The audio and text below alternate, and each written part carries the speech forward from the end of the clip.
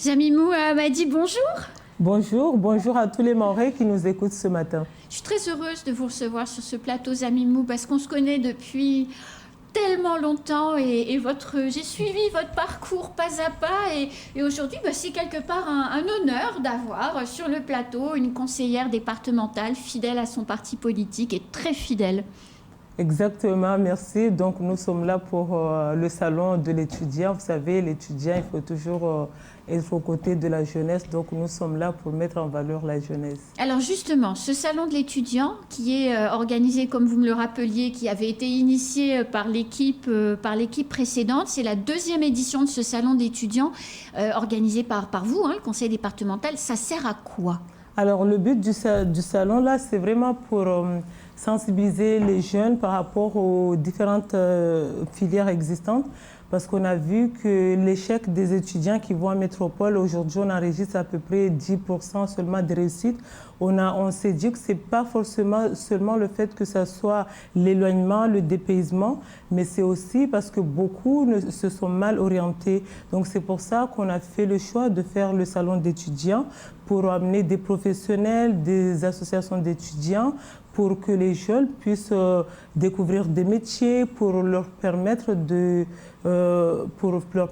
construire leur projet d'études, pour vraiment une meilleure orientation et non faire une orientation par défaut. Alors aujourd'hui, Jamimou, quand les jeunes viennent, ils viennent avec leur famille ou ils viennent avec leurs copains et leurs copines? Alors, on voit de tout. C'est d'ailleurs pour ça qu'on a fait le choix de faire pendant les vacances. Il y en a qui viennent avec leurs parents, il y en a qui viennent entre copines. Donc, le but, c'est vraiment ouvert. On a fait le choix de faire le salon pendant les vacances scolaires, justement pour permettre cette possibilité. Il n'y a pas la contrainte de l'emploi du temps. Ça permet à chacun de vraiment venir.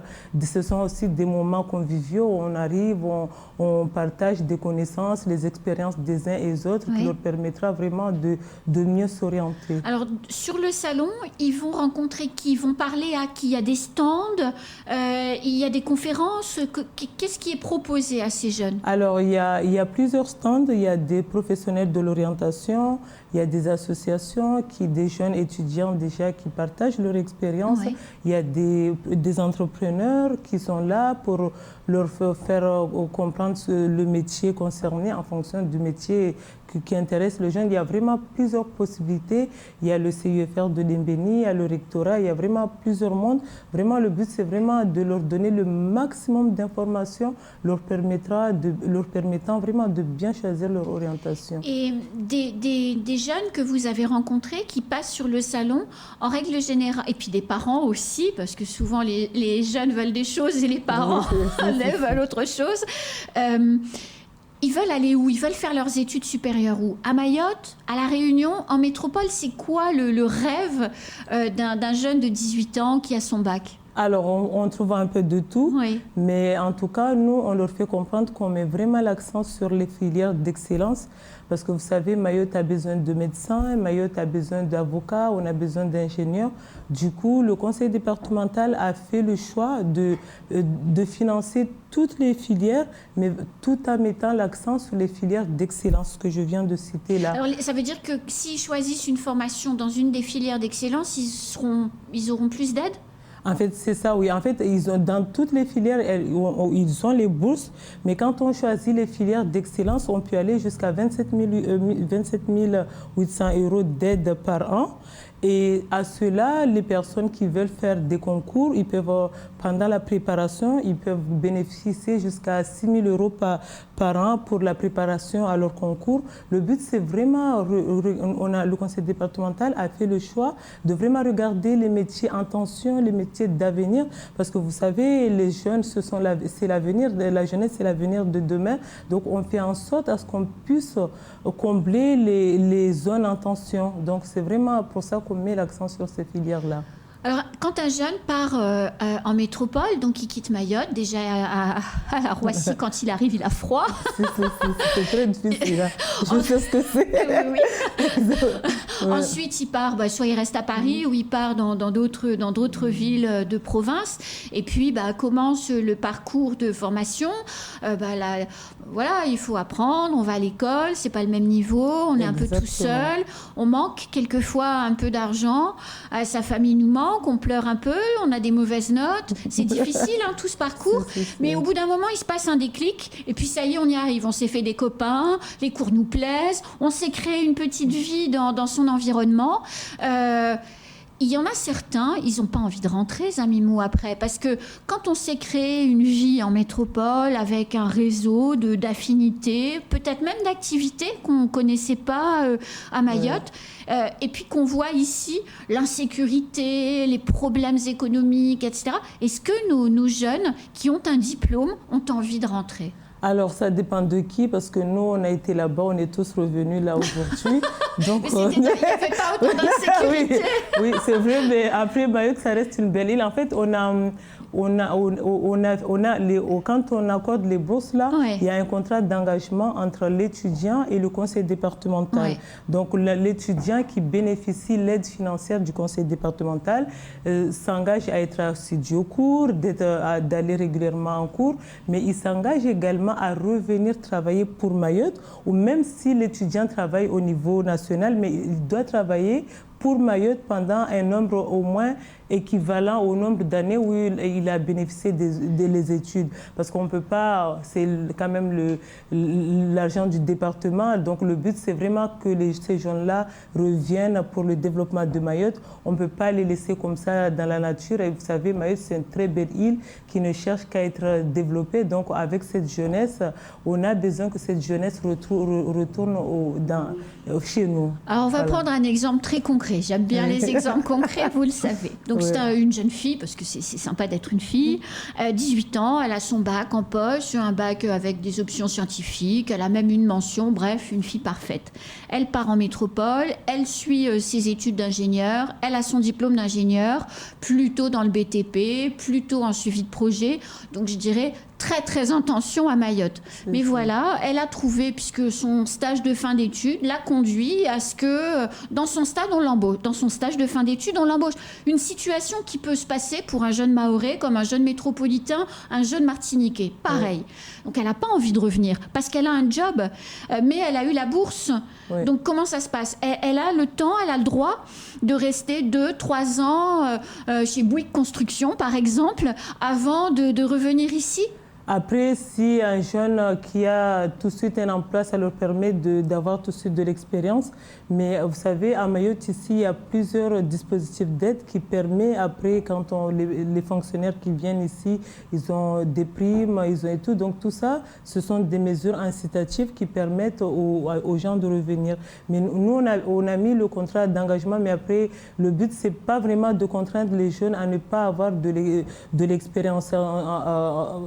Avant de revenir. Voilà, mais le but, c'est vraiment qu'ils comprennent que voilà, on a bénéficié des aides du conseil départemental de Mayotte, donc qu'ils aient cette conscience morale de dire qu'on va revenir chez nous parce qu'on a pris un engagement, on va revenir pour servir pour notre île. Mais elle a le droit de faire sa première expérience, 1 an, 2 ans en métropole, par exemple, et puis de faire le choix de revenir après. Non, ça peut se faire, oui.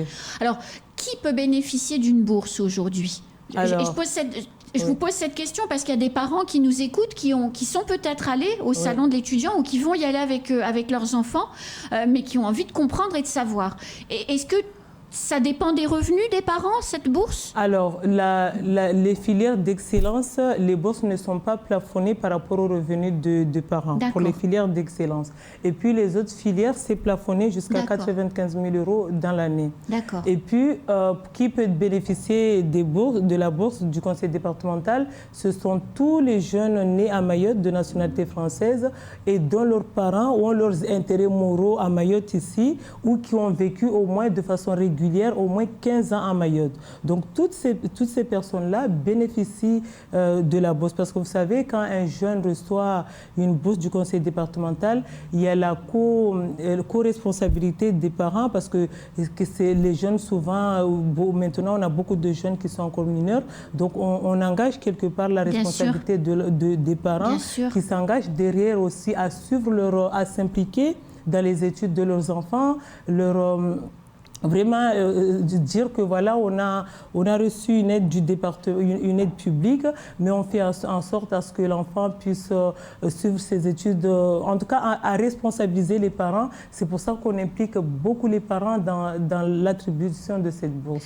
Alors pour celles et ceux qui nous écoutent, qui nous regardent, mais qui ne seraient pas encore allés au salon de l'étudiant du conseil départemental, c'est où et c'est jusqu'à quand? Alors, on a commencé le lundi dernier, on était à Dembéni. Hier, on était à Mroualé, en passant par Chirongi. Aujourd'hui, ça sera, parce qu'au départ, c'était prévu à la MJC de Mamoudzou, mais ça ne sera plus à la MJC, ça sera au gymnase de Cavani. Et c'est de 8h30 à 14h30. Donc, ils peuvent se rendre au gymnase à partir de 8h30. Aujourd'hui? Oui, aujourd'hui. Et demain, c'est où? Demain, ça sera au collège de Mtsamboro, au nord. Au nord. Donc vous tournez aussi dans tout le département pour éviter aux gens de se déplacer en réalité. En fait, on a fait le choix de faire un salon mobile pour aller rencontrer nous-mêmes les jeunes, les parents, parce que vous savez, tout est concentré à Mamoudzou. Après, souvent, les gens n'ont pas toujours envie de descendre.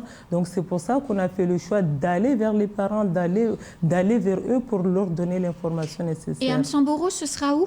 Ce sera au collège de Mtsamboro. Au collège de Mtsamboro. Oui. Alors, Zamimou, quand on est un responsable politique, un dirigeant comme vous, et qu'on organise un salon de l'étudiant, il y a toujours cette ambivalence finalement entre faire de l'orientation au sens large, c'est-à-dire on montre à tous ces jeunes l'ensemble des possibilités qui s'ouvrent à eux. Et puis de l'autre côté, il y a la responsabilité politique qui est de se dire non mais nous, on doit construire Mayotte, donc on a besoin de professionnels à venir dans tel secteur, tel secteur, tel secteur. Comment on fait pour arbitrer en tant que responsable entre les besoins de Mayotte et l'univers des possibles? Autrement dit, comment on permet à nos jeunes de rêver d'être danseuses étoiles, par exemple, ce qui n'est pas un besoin impérieux pour Mayotte. Oui, mais c'est justement pour ça qu'on a priorisé les filières, parce qu'on se dit qu'actuellement, en fonction des besoins de Mayotte, on a priorisé. Plus aussi, on va vers les filières dont Mayotte a plus besoin. C'est là où on donne plus d'aide. Le but, c'est vraiment ça, parce qu'on se dit que Mayotte a besoin de médecins, Mayotte a besoin d'avocats. C'est pour ça qu'on met plus l'accent sur ces filières-là. Et puis, les autres filières, c'est pas que c'est pas important, mais c'est juste qu'on se dit qu'il y a beaucoup de jeunes qui ont plus tendance à aller vers ces filières-là. C'est aussi leur faire comprendre qu'ils peuvent aller dans d'autres filières et que derrière, il y a vraiment le soutien. Voilà, il y a l'emploi et qu'il y a vraiment le soutien et que voilà, c'est vraiment une manière de les encourager. Alors la semaine prochaine, là, ils sont venus au salon de l'étudiant, ils ont appris plein de choses, ils réfléchissent, mais ils vont encore avoir des questions la semaine prochaine, parce que la campagne Parcoursup, c'est en ce moment, donc ils doivent formuler leurs vœux, et peut-être que la semaine prochaine, ils auront des questions. À qui ils les posent, avec qui ils prennent contact pour pouvoir continuer à réfléchir en étant aidés? Alors ils vont à la direction des affaires scolaires et universitaires, dont la directrice Dalia Chanfi s'occupe en ce moment. C'est là-bas qu'ils vont poser leurs questions. Ils peuvent aussi appeler, les parents peuvent aussi appeler la délégation de Mayotte à Paris ou à La Réunion pour savoir quelles sont aussi les manières dont un jeune peut être accueilli à La Réunion ou à Mayotte. Parce que les enfants, ils rêvent, mais les parents, ils sont concrets derrière. Et quand c'est son premier enfant qui part faire ses études à La Réunion ou à Mayotte, la maman, surtout, elle a peur et elle a envie, avant de dire oui, d'être rassurée. Elle peut appeler les délégations Réunion, Paris, pour avoir des infos? Alors, il y a la direction des affaires scolaires et universitaires à Mayotte. Oui. On a aussi les délégations à La Réunion. Il y a également à Paris.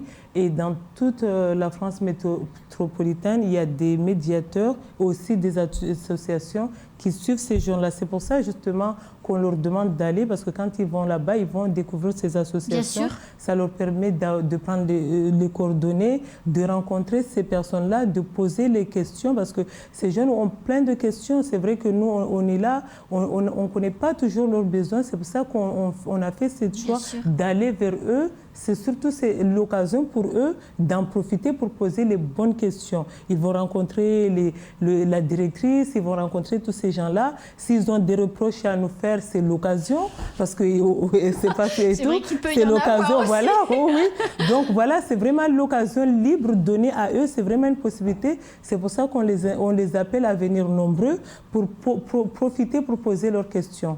Merci Zamimou. Je vous en prie. C'est la fin de ce temps de parole. À très vite sur le plateau pour mettre en avant d'autres de vos projets. À très vite. C'est la fin de ce temps de parole. Tout de suite, la suite de nos programmes.